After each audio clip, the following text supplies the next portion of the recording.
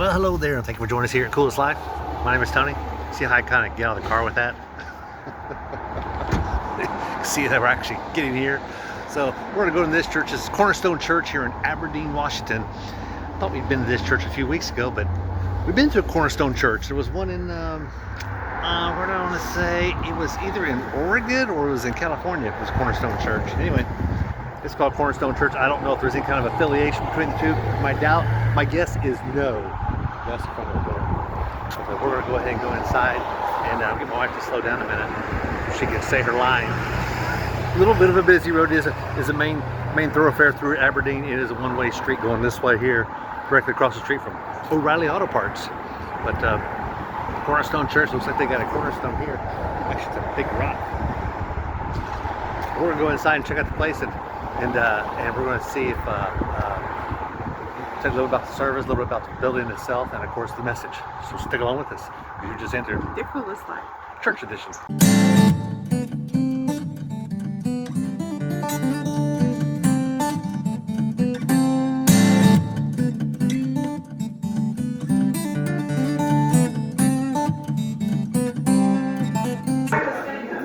So we're here in the main foyer. Ooh, I love this floor work, huh? Like that symbol there, looks good. Like a little entryway here. Cool. I like it. It's the main sanctuary here. Got some screens going on. I like that. Like that. Looks cool. We're gonna sit right on out front if we can. Every time we sit 2 or 3 rows back, it always seems like we get someone sitting directly in front of us, and it makes for a terrible video when they do that, which is why here we kind of try to sit toward the front. But to tell you the truth, even if we're not filming, we do tend to sit toward the front. And on down to through this entryway here and to the left is going to be the kids center.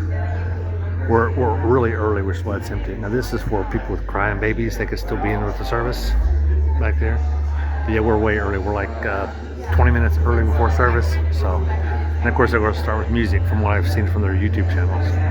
So cool, let's get started.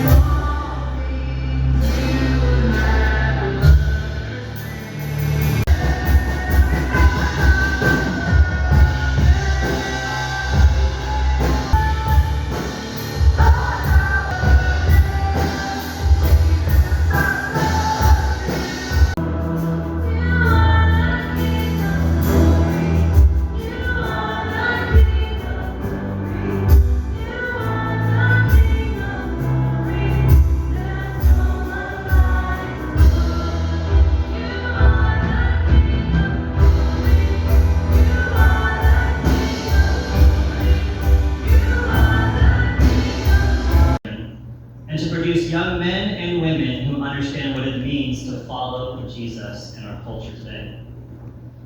And we do this in several ways. One of which is by we start every day in God's Word and in song. So we have what we call a chapel in the morning where we'll do a little devotional and then we'll sing a bunch of songs. And a lot of the songs that we have are out of the Bible. So we take scripture and we put in a song, and our kids have memorized a ton of scripture just through song. And they're home singing their scripture songs with their families, and it's just a wonderful time. Macedonian call that Paul received when he was forbidden to preach. He ended up going to Philippi. Alongside of other churches, do our part to labor for God, and when God feels that our assignment is over, He's free to take us home. And we've seen some people in recent years taken home. And we have to be okay with that because that's in God's sovereignty. But we're left to do a work, just like Paul. He says, unless I'm gone, I have a responsibility to my fellow believers. And for us, we need to embrace that same concept. Good advertising for Jesus.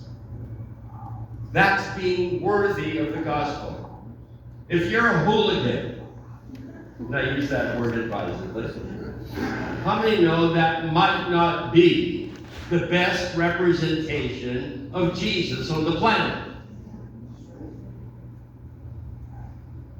So the way you pay your bills, the way you treat one another, the way you raise your family, the way you drive the streets of Aberdeen,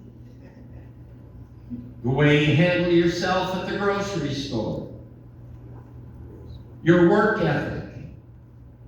You go in there just to get a paycheck, or do you go there to do your job? Your conduct. Is it worthy of the gospel? Does it reflect well on the gospel? Stay back here in Rome, hopefully, without me being present and watching your activities, you'll do what's right. Not just to butter up to me.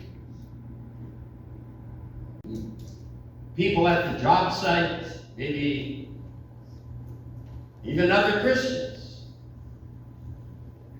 People merely manifest the spiritual part of where they're at.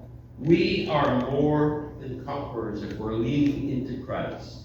We've got to understand that our battle is not with flesh and blood. Our battle is a spiritual battle, and Jesus has conquered that. We want to conduct our lives in such a way that it is worthy of the gospel. Don't fear your adversaries. Jesus has taken them to task, which are the spiritual forces of darkness. And finally, it goes with the territory. Embrace suffering for the cause of Christ. Stand to your feet. Church is over, and that's upstairs balcony there. The sound system is up that way. But it was a good service. My wife already beat me to the car. I was out there waiting on her at the, they had an area that you can buy t-shirts and hats and stuff like that. So I was there looking at that stuff, and she snuck past me. I thought she was still inside, but she's back in the car now. But good service. Music was a lot longer than I thought it was going to be. I think they had more music than they did. Was a message. I don't know. Some people are more into that. I'm not like the music, don't get me wrong, but it was definitely really good. One song was 20 minutes anyway. I had a good time. Hope you enjoyed this service. Maybe you got something out of it. Maybe you can take some notes as far as ways to maybe actually improve your church, because that's kind of our goal here, is to kind of let you see some insights of the church here. So in case you're in the area, you might want to go there, or if you see some things about the church, maybe help improve your own church. So let's go. Be sure to like and subscribe, because I need to get back here living the coolest life, church edition.